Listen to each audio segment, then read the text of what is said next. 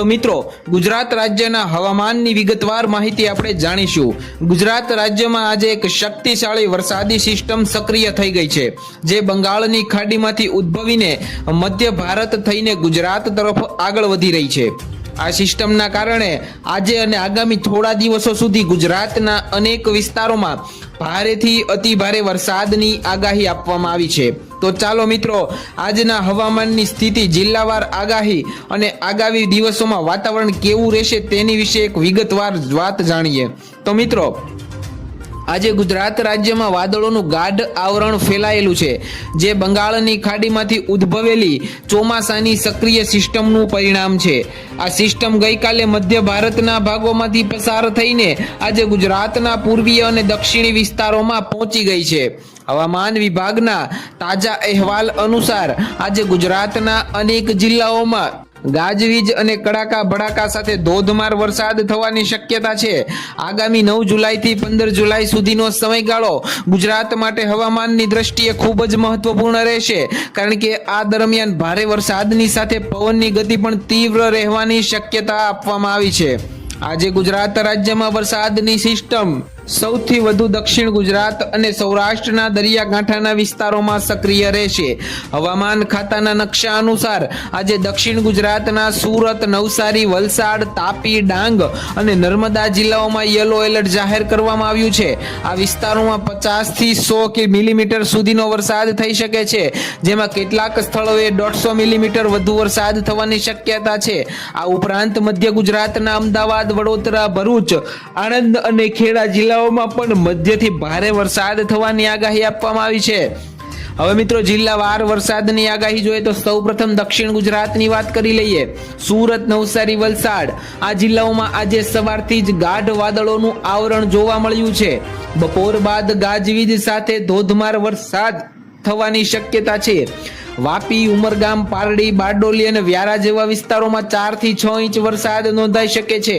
ત્યારબાદ મિત્રો વાત કરીએ ડાંગ અને તાપીની, તો આ પહાડી વિસ્તારોમાં ભારે વરસાદની સાથે ભૂસ્ખલનનું પણ જોખમ રહેલું છે। સાપુતારા અને આહવા જેવા પ્રવાસી સ્થળો પર પ્રવાસીઓએ સાવચેતી રાખવી ખૂબ જ જરૂરી છે। ત્યારબાદ મિત્રો વાત કરીએ નર્મદા અને ભરૂચ જિલ્લાની, તો મિત્રો રાજપીપળા, ડેડિયાપાડા, અંકલેશ્વર અને ભરૂચના નીચાણવાળા વિસ્તારોમાં પાણી ભરાવાની શક્યતા રહેલી છે। ત્યારબાદ વાત કરીએ મિત્રો મધ્ય ગુજરાતના જિલ્લાઓની, તો મધ્ય ગુજરાતમાં સૌપ્રથમ અમદાવાદ, ગાંધીનગર અને ખેડા જિલ્લાની વાત કરીએ તો આજે અમદાવાદમાં બપોરથી સાંજ સુધી ભારે વરસાદની શક્યતા છે। મહેમદાવાદ, નડિયાદ અને કપડવંજમાં પણ 50 થી 80 મિલીમીટર વરસાદ થઈ શકે છે। વડોદરા અને આણંદની વાત કરીએ તો મિત્રો વડોદરાના શહેરી વિસ્તારોમાં પાણી ભરાવાની સમસ્યા ઊભી થઈ શકે છે। બોરસદ, આણંદ અને પેટલાદમાં મધ્યથી ભારે વરસાદની આગાહી છે। છોટા ઉદેપુર અને દાહોદ જિલ્લાની વાત કરીએ તો આ વિસ્તારોમાં ગાજવીજ સાથે વરસાદ થવાની શક્યતા છે, જેમાં 2 થી 4 ઇંચ વરસાદ નોંધાઈ શકે છે। ત્યારબાદ મિત્રો ત્રીજી વાત કરીએ ઉત્તર ગુજરાતના જિલ્લાઓની, તો સૌપ્રથમ મહેસાણા અને પાટણ, બનાસકાંઠા જિલ્લાની વાત કરીએ તો મહેસાણાના વડનગર, વિજાપુર અને ઊંઝા વિસ્તારોમાં ભારે વરસાદની આગાહી છે। બનાસકાંઠાના પાલનપુર, ડીસા અને થરાદમાં 3 થી 5 ઇંચ વરસાદ થવાની શક્યતા છે। મિત્રો સાબરકાંઠા અને અરવલ્લી જિલ્લાની વાત કરીએ તો હિંમતનગર, ઈડર અને મોડાસામાં મધ્યથી ભારે વરસાદ થવાની શક્યતા છે। મિત્રો ગાંધીનગર જિલ્લાની વાત કરીએ તો રાજધાની વિસ્તારમાં બપોરથી વરસાદનો નવો રાઉન્ડ શરૂ થશે। ત્યારબાદ મિત્રો વાત કરીએ સૌરાષ્ટ્ર અને કચ્છના જિલ્લાઓની, તો સૌપ્રથમ રાજકોટ, બોટાદ, અમરેલી જિલ્લાની વાત કરીએ તો રાજકોટના ગોંડલ, ધોરાજી અને ઉપલેટામાં ભારે વરસાદની આગાહી છે। બોટાદના ગઢડા અને વલભીપુરમાં 50 થી 100 મિલીમીટર વરસાદ થઈ શકે છે। અમરેલીના સાવરકુંડલા, રાજુલા અને ધારીમાં પણ ભારે વરસાદની શક્યતા છે।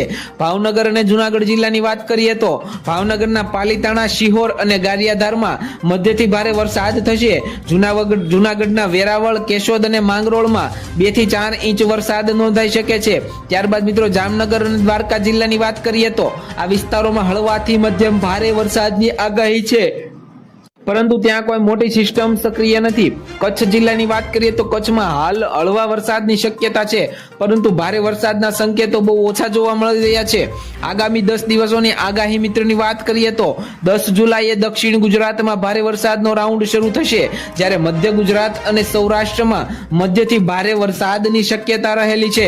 11 જુલાઈની વાત કરીએ તો વરસાદનું જોર થોડું ઘટશે, પરંતુ દક્ષિણ ગુજરાત અને સૌરાષ્ટ્રના કેટલાક ભાગોમાં હજુ પણ ભારે વરસાદ થવાની શક્યતા છે.